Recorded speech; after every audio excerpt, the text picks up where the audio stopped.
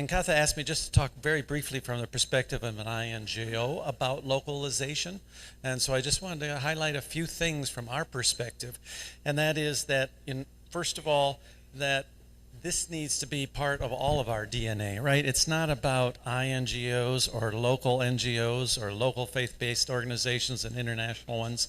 This is about the people we serve, right? And I think if we sometimes forget that at the end of the day, it's not just about turning international NGOs into local NGOs and creating mini-me's and having federations of all this kind of stuff here as if we were just kind of going the next iteration. This is about, at the end of the day, how do we put the dignity of the individuals that we're serving, right? You're a local NGO, you're a faith-based NGO, you're a national NGO, but at the end of the day, you're about listening and understanding and respecting the people you're serving. This is what our faith brings to this, right? Our faith brings to this idea that every person has this dignity under God, whatever your faith is. And so that's what inspires us at Corus International to think about this issue and to try to continue to strive to do a better job at that.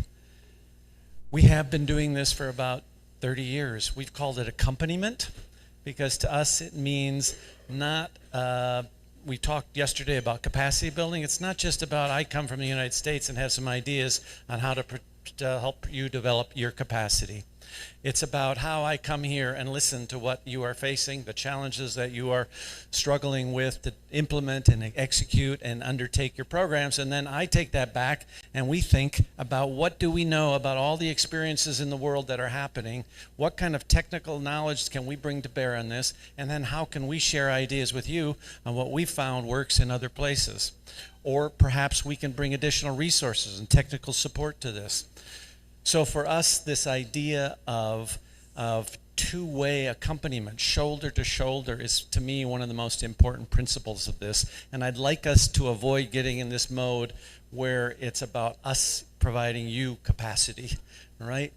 Health is a global issue that doesn't respect borders, right? These aren't nicely contained things that each country has its own diseases. They cross across all these borders. So what you're learning here in Nigeria or Malawi or Tanzania or Sierra Leone is really important to American health, to European health, to Asian health. And so we have to really look at this in a way that understands that what we're talking about is capacity building in both directions. And we need to understand a lot better what these challenges are that you're facing as you try to do health in your countries. What I'm amazed at is how resilient you are as leaders and as executives of these different organizations, and how you continue to innovate and use ingenious new opportunities and techniques to figure out how to problem solve. It's not about resources at the end of the day. Resources can make a lot of difference, but it's actually not. It's about thinking differently, thinking outside the box. And I know where I can benefit the most from you, where Corus can, all the international NGOs, is you are the ones that have to innovate the most because we have more resources, right? So we don't have to change the way we're doing things. But for you guys to be successful, you're going to have to do that. And Katha also asked me just to say a little bit about why Corus is a little bit different and how we're thinking about this. We do have to think differently about what INGOs are going to do in the future. What's the role of an international NGO? And I think as we think about it, we think about the idea that part of the challenge with international foreign assistance, part of the challenge with local governments, national governments, and others is we stovepipe ourselves. So we have the health ministry, we have the agriculture ministry, we have the environment ministry, and they're all about doing their own job. But we forget that these things are all interconnected, right? And that to have a healthy community, you have to be addressing issues like incomes for the local populations, that they have jobs and employment for young people. Yeah, you have to deal with the issues of environment, whether there's floods or droughts or whatever else that's going to affect their health.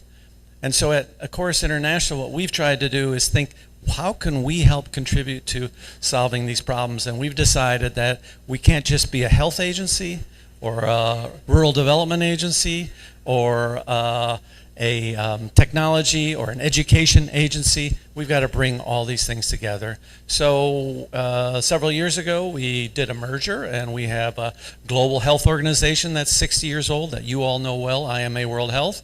We combined with Lutheran World Relief, which has been doing rural development and livelihoods work for 75 years. We then added an education group in the technology space called CGA Technologies. And then we realized we needed to be part of the global economy if we're going to actually really help people. So we brought in some businesses. We brought in impact investing businesses, that is actually investing in businesses in rural areas. Most of the time these people like to invest in Lagos, but they don't like to invest out in the very difficult places. But these communities are not going to become healthy if there is no business, no activity, no economic things going on. And similarly, we opened a direct trade company called Farmers Market Brand, because what we found is all the middleman between your country's producers and the consumers in the world are taking all the profits, and nothing's getting back the subsistence farmers, where many of those poorest communities are involved. So the idea here is, how do you bring all that stuff together and try to do it in a more holistic way? I hope actually you as CHAs are thinking the same way, thinking about what it takes to actually really provide health beyond just providing health services, because you need to be advocates. Even if you're not thinking about expanding into these other areas, you need to be advocates for that, because the reason health isn't growing as fast as you want it to is because these other activities are not occurring. People don't have the livelihoods, they don't have the resources, they don't have the education. The environment is failing them. So I hope that you will all kind of consider how to take a more holistic view of this. I'm going to close just by saying again, I am so honored to be with you. I mean that. This is an incredible group. When you think about how many lives you are touching in this room, it's an amazing responsibility. And I am just so impressed how humble you are when I meet each one of you, the humility you bring to the table, and the passion that you have for making this world a healthier, more dignified place. I can promise you that our role as an international NGO is to support you, to find ways to help you, to be your advocate back in Washington. There's a lot going on in Washington beside what we care about. And what happens is, when Ukraine blows up, when the Middle East blows up, all the resources that were going to come to us for health and to work together on this stuff start to shrink. So I hope you'll also see that international NGOs aren't here to try to do your job. We're here to try to connect you to the international community. And that community is losing attention on things that are absolutely essential to the future of this world. And that's the stuff you're doing, and the health and the welfare of an entire continent. So I want to promise you that the most important thing I think we can do as international NGOs is be your voice, see you as our partners in the international community, and take your messages back. So the reason I spent 3 days here is because I want to be listening to all of you. I'm not here to give a speech, I'm here to listen.